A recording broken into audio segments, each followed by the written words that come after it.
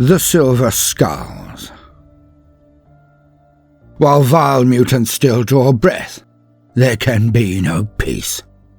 While obscene heretics' hearts still beat, there can be no respite. While faithless traitors still live, there can be no forgiveness. Silver Skulls, Catechism of Hate, verses 1 of 25. Primus inter pares, the first amongst equals, is a war cry of the Silver Skulls. The Silver Skulls are a Codex Astartes compliant, loyalist chapter of Space Marines and a second founding successor of the Ultramarines. The chapter has been at the forefront of the Emperor's wars since its birth, and fought alongside others of the Ultramarines' so-called primogenitor successor chapters on numerous occasions as if they were kin. Chapter History.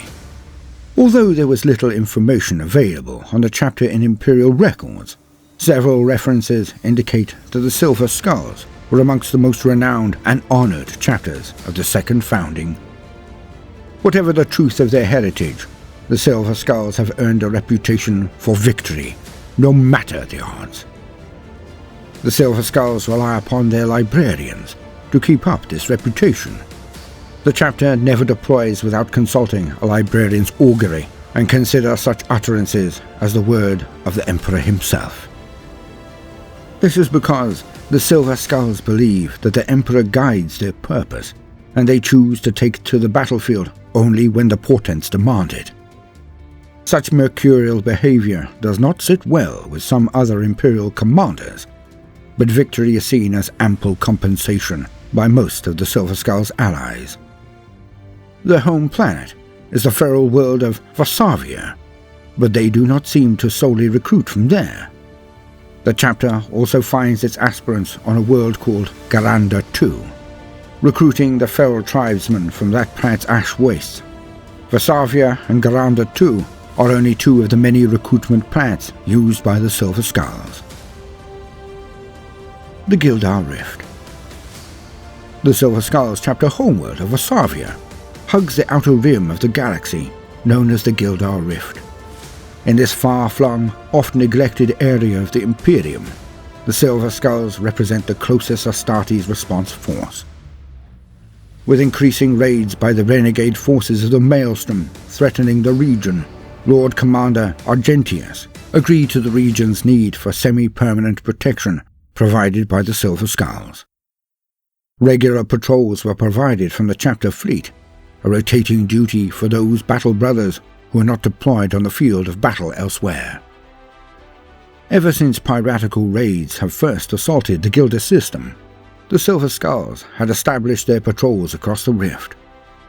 From the moment they had responded to the first attack of the renegades from the Maelstrom, any further such incursions that had been attempted had been met with swift justice, delivered by a chapter of Space Marines who were not known for their patience. The Silver Skulls delivered their judgment on transgressors with the minimum of preamble, and such judgment was invariably punctuated with a punishing and ultimately terminal salvo from a bombardment cannon. Relishing the changes that maintain peace in the sector offered, the Silver Skulls had set themselves to the task of regularly patrolling the Gilda Rift. Other chapters of the Adeptus Astartes would rarely volunteer themselves for such an inglorious duty, but the Silver Skulls consider the sector to be a part of their chapter territory. Over the years, the Silver Skulls and the infamous Chaos Space Marines of the Red Corsairs, who dwelt within the permanent warp rift that was the Maelstrom, had shared many encounters. The Gilda Rift had seen incursions from these would-be raiders many times, but each had been successfully thwarted. The Indomitus Crusade. During the recent events of Abaddon the Despoiler's 13th Black Crusade, the long-standing fortress world of Cadia was destroyed. With Cadia's fall and the loss of the network of Necron-built Cadian pylons that had long prevented the Eye of Terror from naturally expanding into the Materium, the warp rift began to tear exponentially across the width of the known galaxy. This tear in reality, known as the Great Rift, effectively rent the Imperium in half. The beleaguered forces of the Imperium increasingly found themselves overwhelmed as the power of chaos and the Xenos hordes grew unstoppable. Whole sectors of the Imperium lost contact with Terra, while others reported the onslaught of rabid greenskin hordes, aggressive Tau fleets, or undying Necron hosts, seemingly driven to conquest in the face of the expanding warp storm fronts. Heretic chaos cults and rogue psychers rose up in the billions, and every Imperial world now seemed to be burning in the fires of unending war. But all was not lost, for upon the Ultramarines' homeworld of Macragge, during the Ultramar campaign of 999, Millennium 41, the genius of Archmagos Dominus Belisarius Kor combined with the power of Iniad, the Eldar god of the dead, to resurrect the Primarch reboot Guilliman from his millennium-long deathless slumber. Guilliman had anticipated the need for a new breed of hero for this, the darkest age in the Imperium's history. He knew that the galaxy would need warriors resilient enough to stand against the forces of chaos as the Imperium found itself poised on the brink of annihilation. To that end, for 10,000 standard years, Archmagos Kor had been working upon improving the Adeptus Astartes themselves. The result were the Primaris Space Marines of the Ultima founding, a more powerful core of transhuman warriors, more potent than even the original Astartes. New armies were raised in breathtaking numbers, and new and terrible weapons were developed whose fury even the worshippers of the Dark Gods would be unable to withstand. Gathering a great armada composed of elements of the Adeptus Custodes, the Silent Sisterhood, and a vast war host of Primaris Space Marines from many newly founded chapters, the Lord Commander of the Imperium launched his Indomitus Crusade. With the resurrected Primarch's assurance of their lineage as descendants of the Ultramarines Legion confirmed, the Servo Skulls was also one of the first chapters to receive the genetically enhanced Primaris Space Marines within its ranks. Despite their rigid adherence to their superstitious beliefs in prognostication and portents, since the opening of the Great Rift, the Servo Skulls have been amongst the most active of all chapters, fighting on many fronts.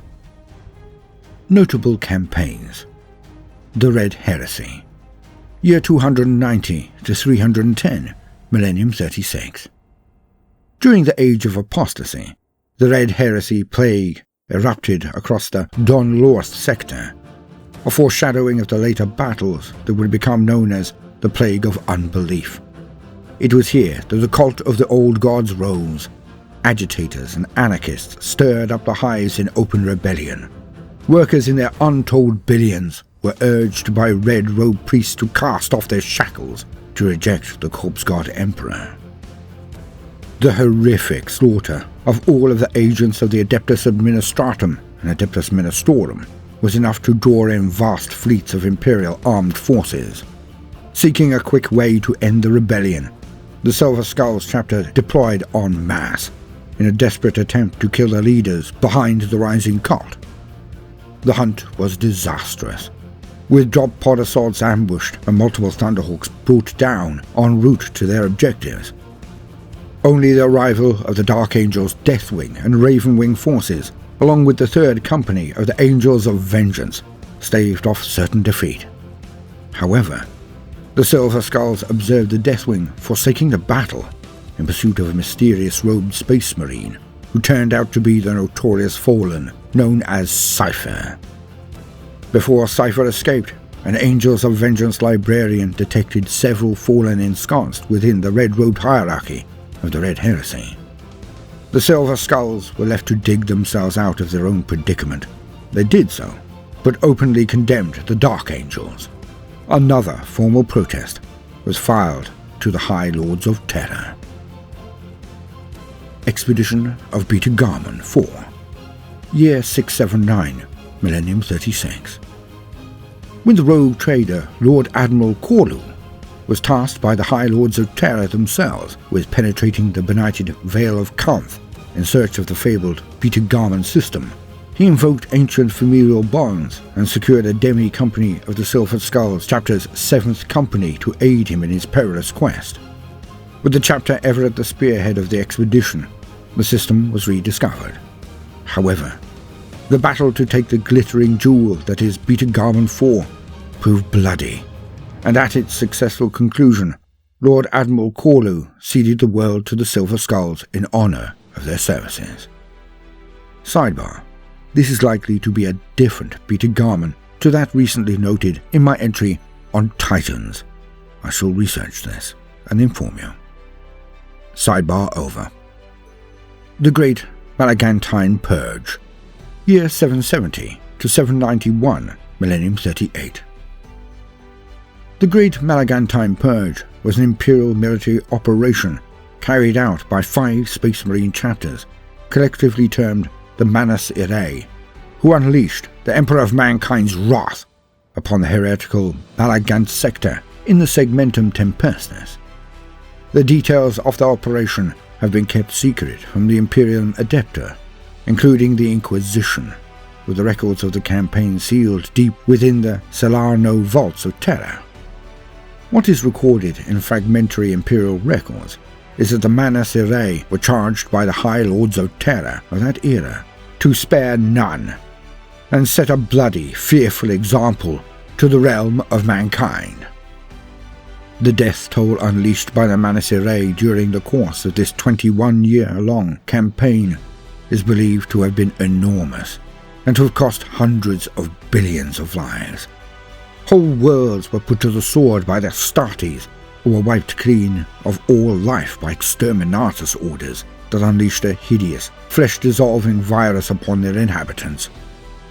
In recognition of their successful participation in this campaign, the Firehawks chapter was granted the feudal world of Costo 11 as their domain by the High Lords.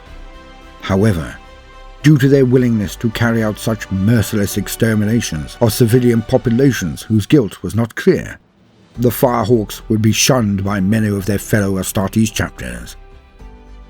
The Black Fragments of Cardinal Bloch the Reviled, one of the few remaining heretical sources which contain information concerning the Purge of Malagant, explained that the Manus Irae consisted of 5 chapters, but listed only 3 by name, including the Firehawks, the Silver Skulls, and the Charnel Guard.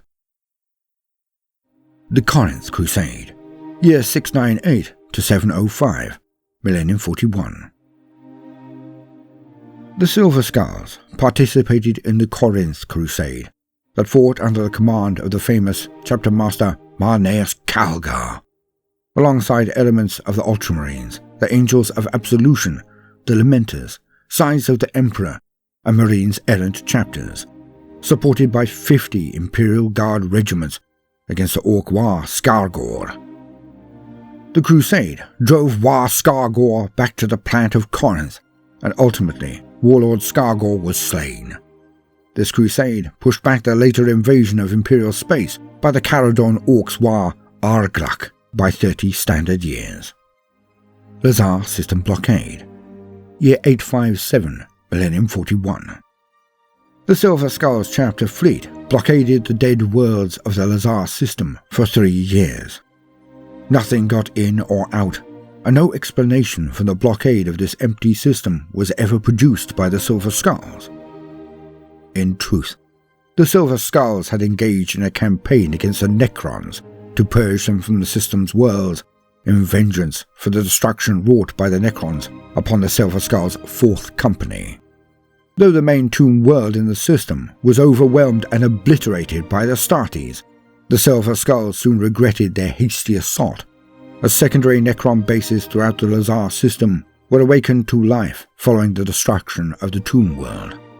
Unable to admit defeat, the Silver Skulls chose to dig in, and what should have been a simple reciprocal assault transformed into a grueling military campaign involving the entire chapter.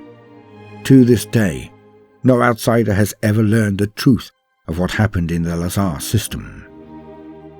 The Traveller has come, year 859, Millennium 41. The nomadic Necron overlord Anrakir the Traveller arrived in the embattled Lazar system and immediately joined his forces to those defending against the Silver Skull's onslaught. Necron victory was finally assured by the Battle of Dread Peak, when Anrakhir's Pyrian Eternals spearheaded an assault on the Silver Skull's downed battle barge, Argent Hammer.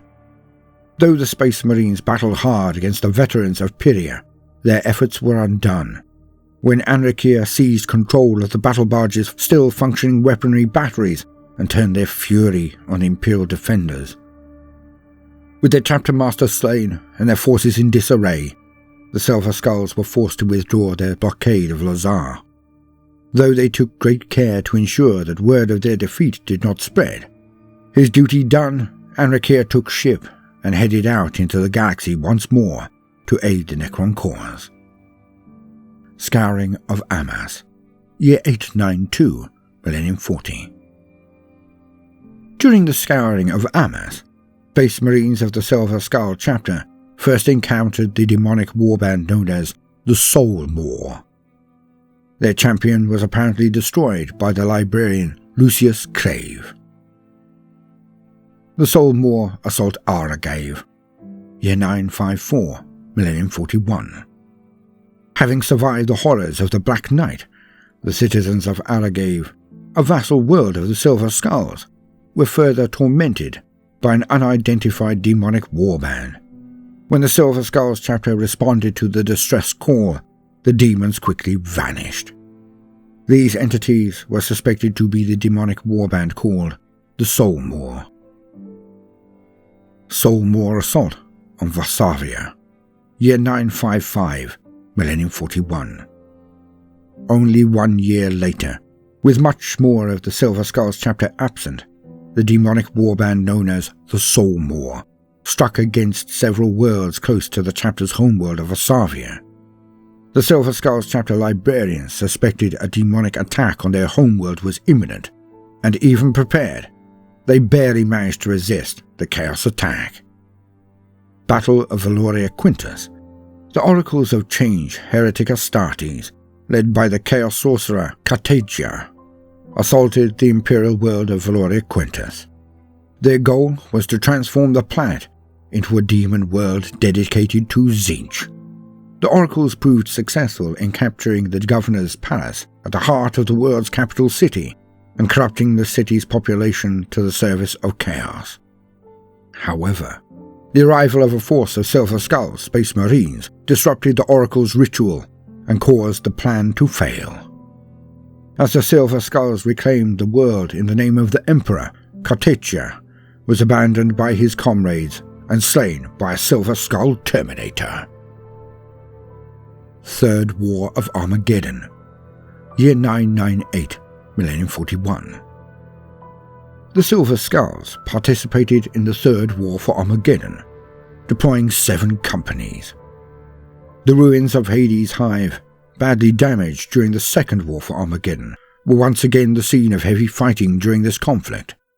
Space Marines from the Silver Skulls chapter were engaged in fierce battles in an attempt to prevent the Orcs from looting valuable materials from the shattered Hive city for use in the construction of the gargantuan green-skinned war machines known as Gargants.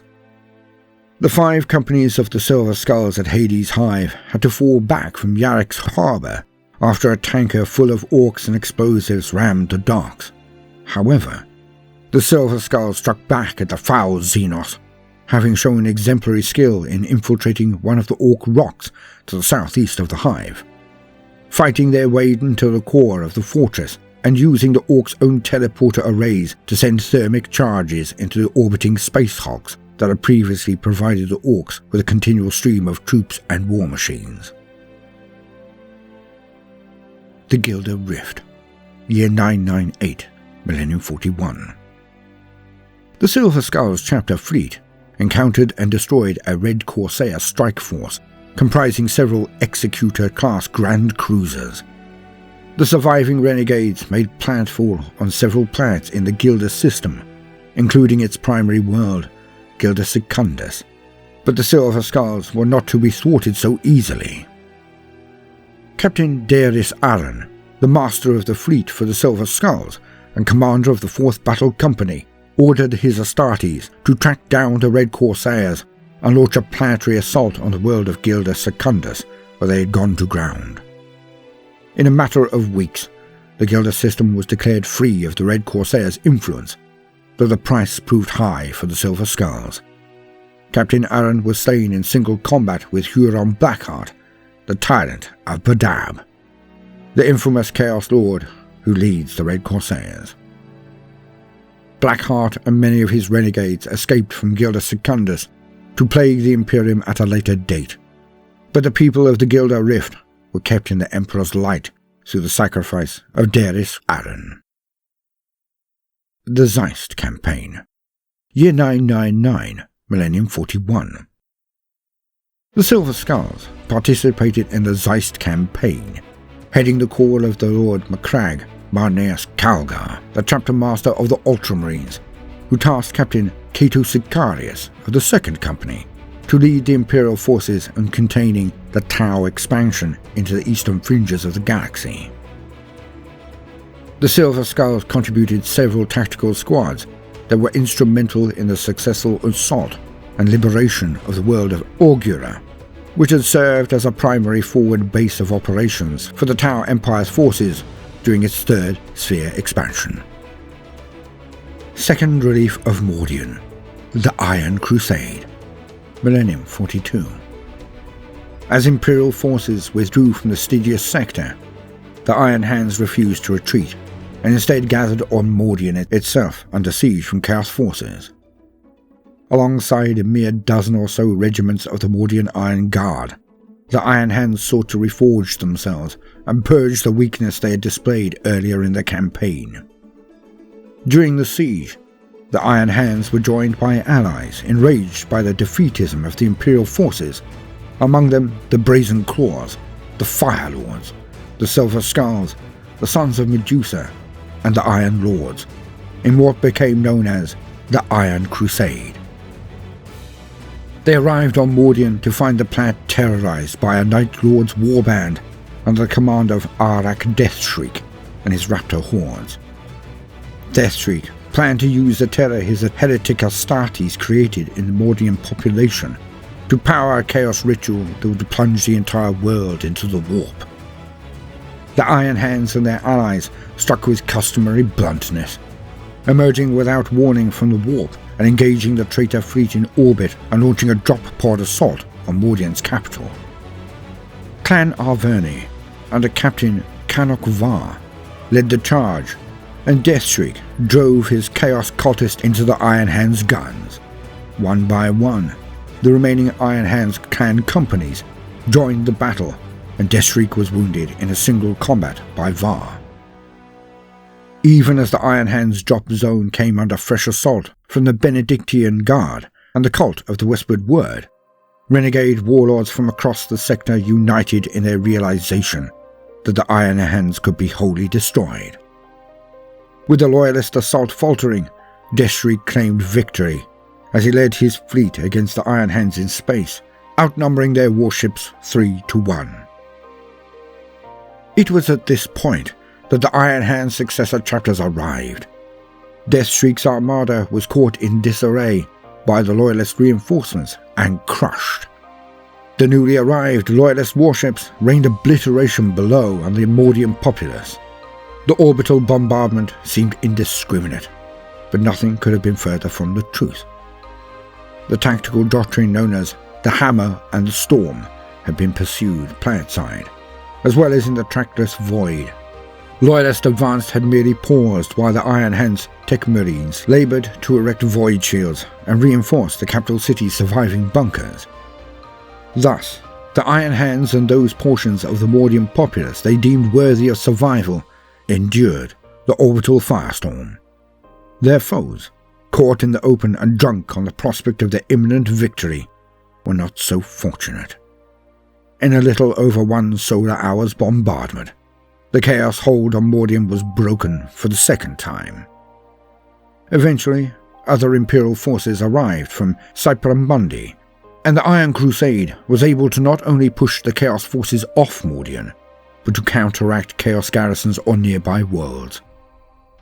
The Iron Hands governing Iron Council then unleashed a second phase of the campaign, and a plan to scour the surviving worlds of the Mordian system of their Chaos presence and wrest the refineries and orbital shipyards of the neighbouring Carvos system from chaos. At present, the campaign is ongoing. Chapter Organization.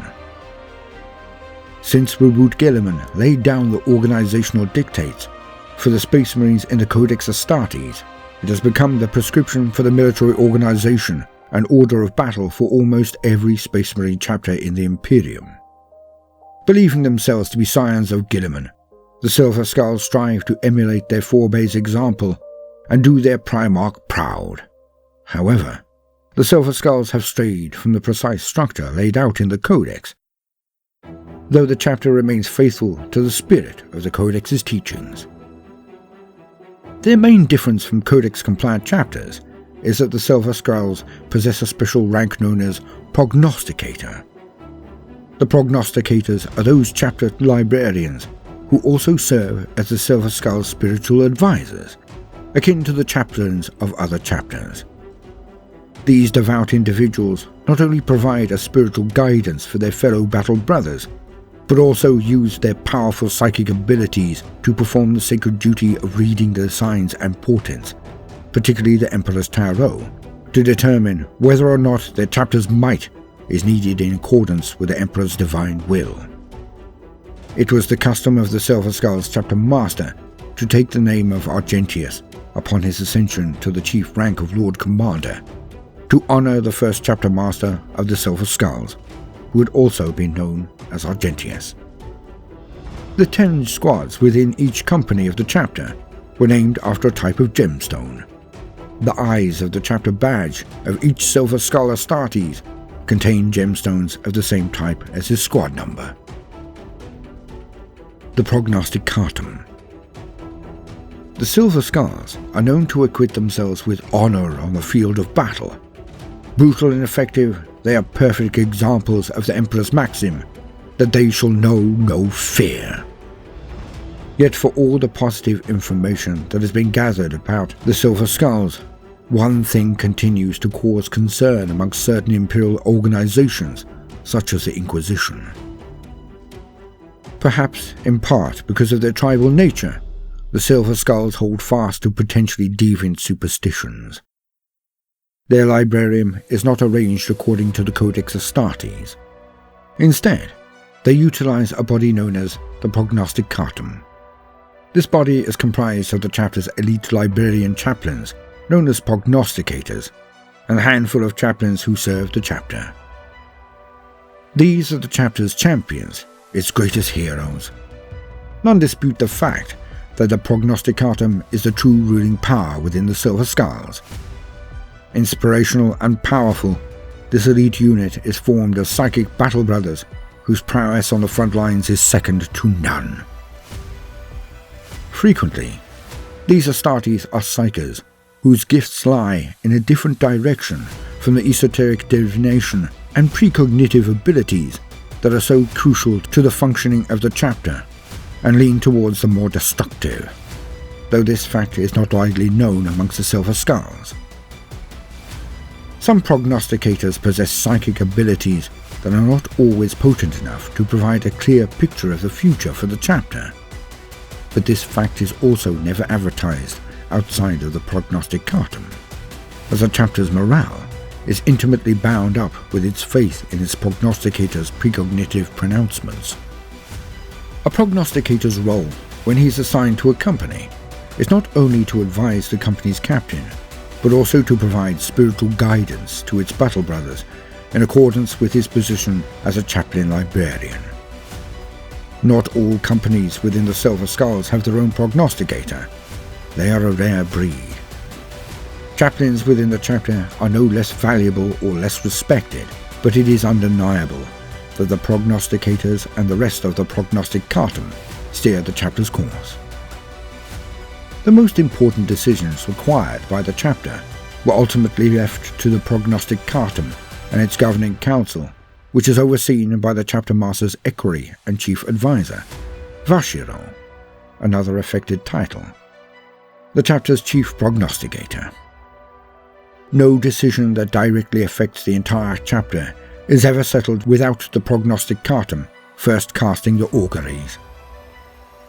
Within the Silver Skulls chapter, those who represent the Council of the Prognosticator are revered second only to Lord Commander Argentius himself. The Silver Skulls are a deeply superstitious chapter, and never deploy for battle without first waiting for the prognosticators to consult the auguries. The entire Silver Skulls chapter has been known to refuse to take the field of battle when a prognosticator has said the omens were poor. Moreover, and more worryingly, to organizations such as the Ecclesiarchy and the Inquisition, there is evidence that they claim these visions are delivered to them by the voice of the most glorious God Emperor of mankind. Within the chapter's librarium lies a large number of tomes, collectively known as the Orthodoxy. These are the books of the Prognosticator's Creed, a compilation of volumes of the collected wisdom and prophecies of each individual prognosticator down throughout the millennia.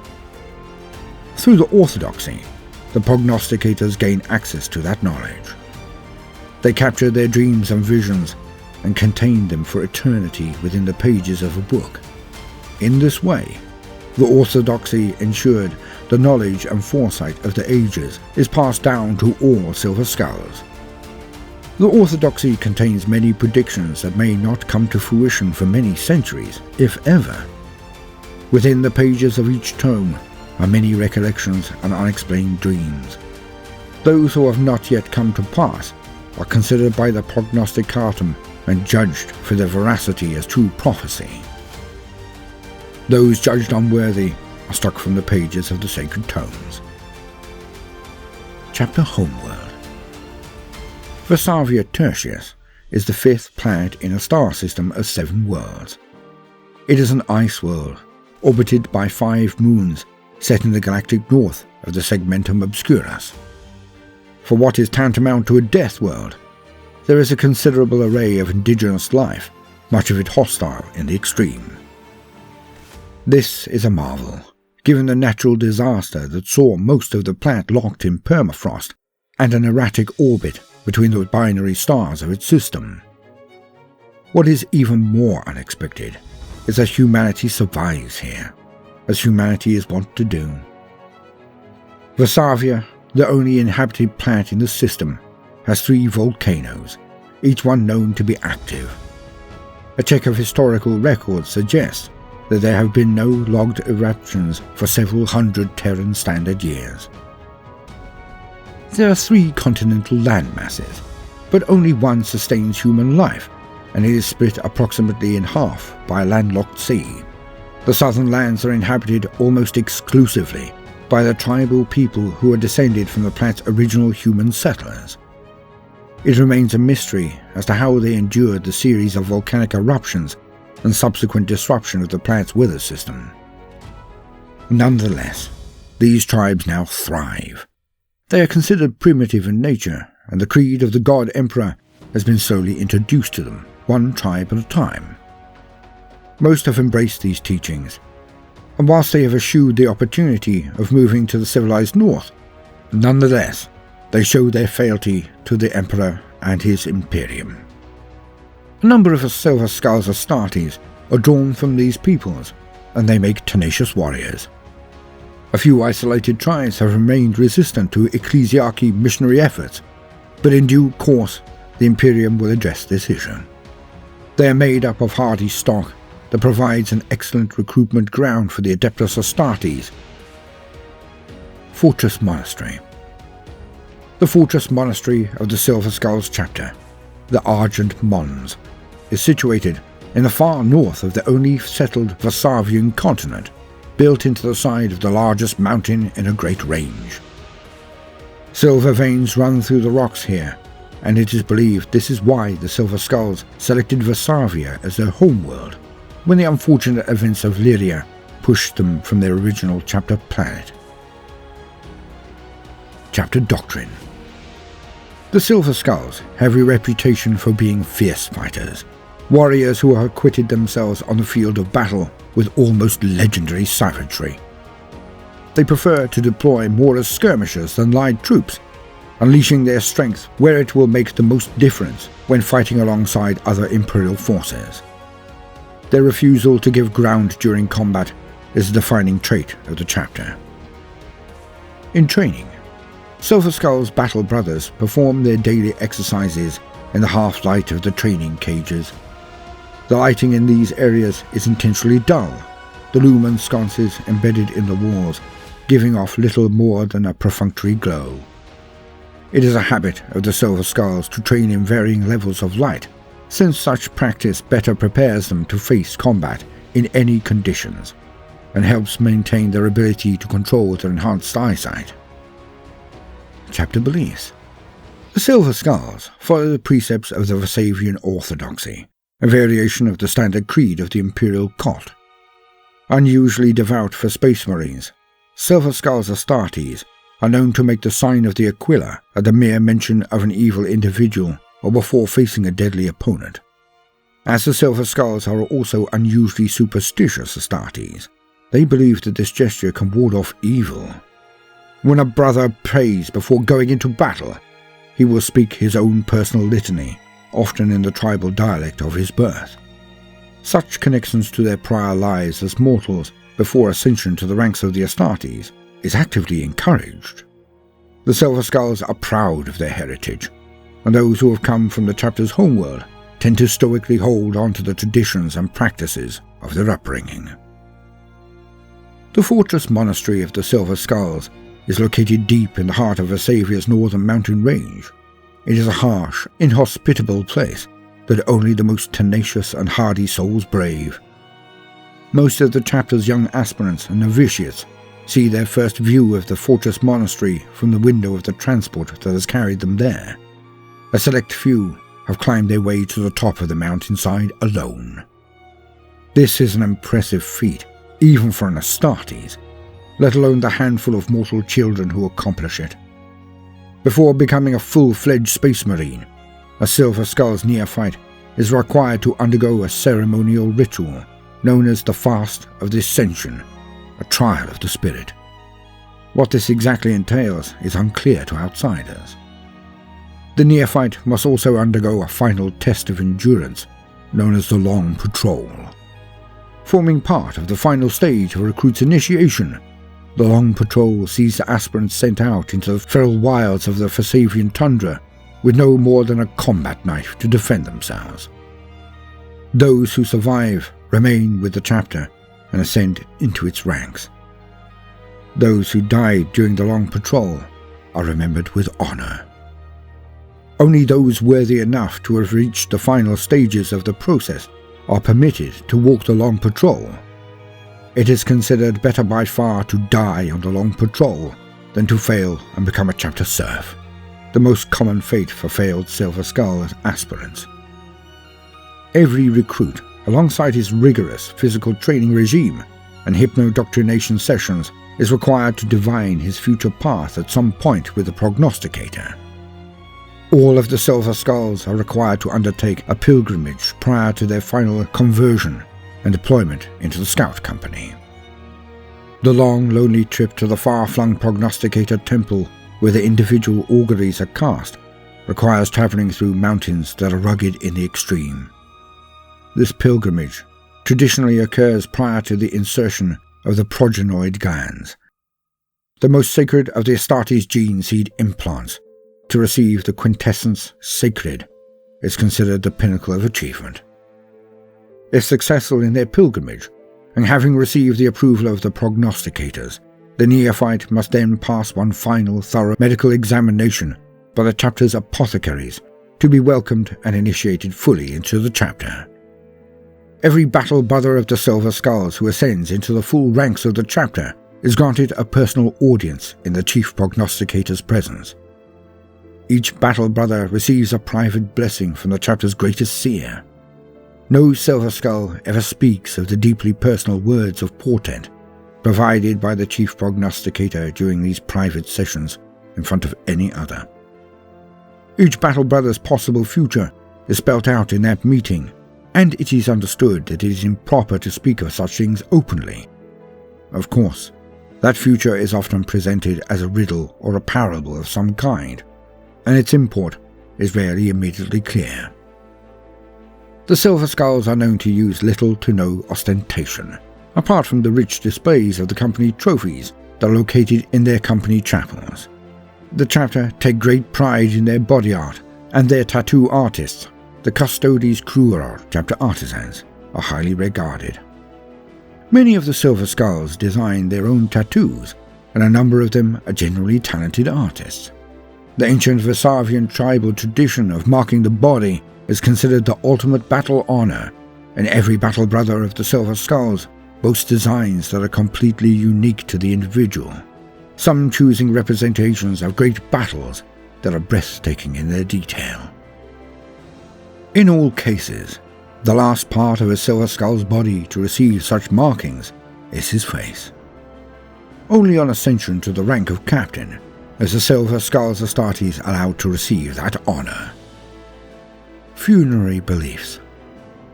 The Silver Skull's funeral world of Pax Argentius is one of the 3 small moons that orbit their homeworld of Varsavia.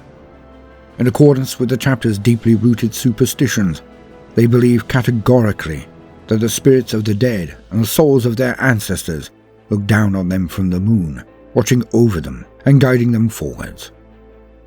It is an extraordinary place, with mausoleums and memorials that have been lovingly handcrafted and engraved by the brothers of the Custodes Cruor meandering across its surface. The entirety of the moon is maintained with pride by a veritable army of chapter serfs.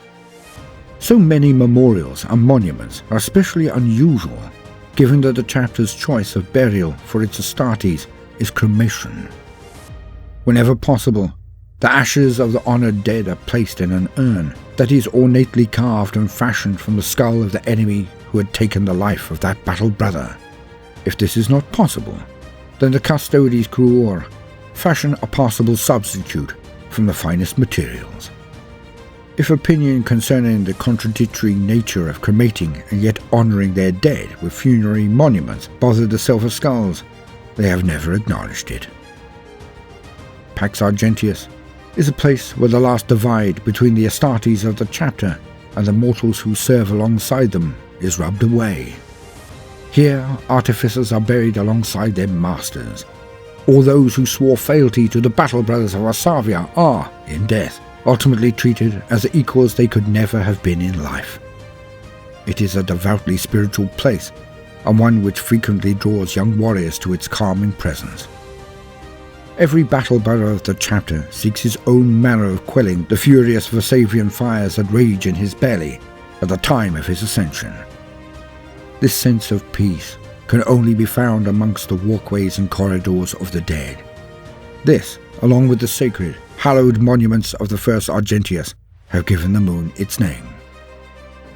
Pax Argentius is also where the battle brothers who trained as chaplains go to study the texts and tomes of their calling.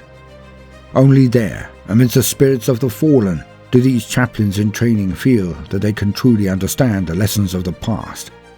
Like the more numerous psychic prognosticators, the chapter's chaplains are deeply superstitious and fanatical in their discharge of their duties. The Silver Skulls are also known to perform a service for the dead, during which prayers are intoned for the dead with respect and reverence. This is known as a Varsavian prayer of the departed, a Silver Skulls tradition that had come from the chapter from the tribal shamans of Varsavia. The seemingly endless list of names recited from memory during the prayer represents all those departed battle brothers who the prayer's reciter had fought alongside. Just as some battle brothers carry the names of the fallen in high Gothic copper plate script in the tattoos they placed on their bodies, others carry the names of the honoured dead within their minds. Headhunting. The Silver Skulls also have a brutal reputation as headhunters. For Silver Skulls Astartes are known for wearing the decapitated heads and skulls of their enemies as trophies on their power armor. The reasons for this unusually barbaric custom remain unclear, though it is likely derived from the original custom of the Silver Skulls Astartes, recruited as feral tribesmen from Garanda II. Within the darkened recesses of a Silver Skulls chapel are kept a number of silver-coated skulls standing on plinths. Each is adorned with a plaque detailing the name of the battle brother who had taken the trophy and the date of the victory. Collecting the skulls of mighty enemies is more than just a case of ostentation and pride. It is considered a measure of a company's strength and honour. The Custodes Cruor, the chapter's artisans, extract the skulls from their former owners and coat them in molten silver. Each one is an exquisitely wrought work of art, covered in spirals and whorls. Tribal markings, sometimes matching the tattoos of the battle brother who had slain the fallen enemy, are embossed on the surface, marking each trophy as a rightful property of that Astartes' original tribe. Every skull is another mark of honour for their battle brother who had taken it, each one representing another vanquished foe. For every skull, there is a singularly unique memory. From a massive skull of the Orc war boss to the slender, elongated skull that still has part of its spine attached, that had once belonged to a Tyranid genes dealer, every trophy comes with its own story. When not deployed on maneuvers, or during the long periods of space travel that carry them to their next battlefield, the Silver Skulls regularly gather to tell the stories of their conquests. Those with a flair for the dramatic can hold their battle brothers captivated, regardless of how many times the story has already been told. Chapter Gene Seed. Unlike many other chapters, the Silver Skulls long remained ignorant as to the truth of their genetic heritage. The name of their primogenitor, the Primarch whose genetic material first formed their chapter, was unknown to them, as the records had been lost. However, some fragmentary references in Imperial records indicated that the Silver Skulls had been one of the most famed chapters to have been formed during the Second Founding, after the end of the Horus Heresy. Several centuries previously, the chapter's apothecaries had performed countless genetic tests on the Silver Skulls' gene seed, which suggested the Silver Skulls were most likely a successor chapter of the Ultramarines and the great Primarch Rabut Guilliman, who reformed the Imperium after the Emperor's interment within the Golden Throne. After Guilliman's resurrection, following the Ultramar campaign of the 13th Black Crusade, the Silver Skulls' long-held beliefs about their lineage were finally confirmed when they received an influx of Primaris Marines, derived from the Avenging Sun's own genetic line. But the truth of the chapter's heritage ultimately mattered little to the Silver Skulls. The simple fact is, they do exist, and despite many great hardships, have thrived and prospered in the pursuit of the Emperor's will. Chapter Relics. The Argent Guide. A rare, psychocrystalline lattice is woven throughout the faces of this set of divinatory cards of the Emperor's Tarot. These intricate cards were given to Watch Fortress Erioch by the Silver Skull's progenitor, Prognosticator Trophonius, a master of the chapter's oracle arts. Silver Skulls, who have been seconded to the Death Watch, are grateful to be able to seek its guidance, as its unusual construction allows anyone familiar with their chapter and mysteries to utilize the Diviner's arts.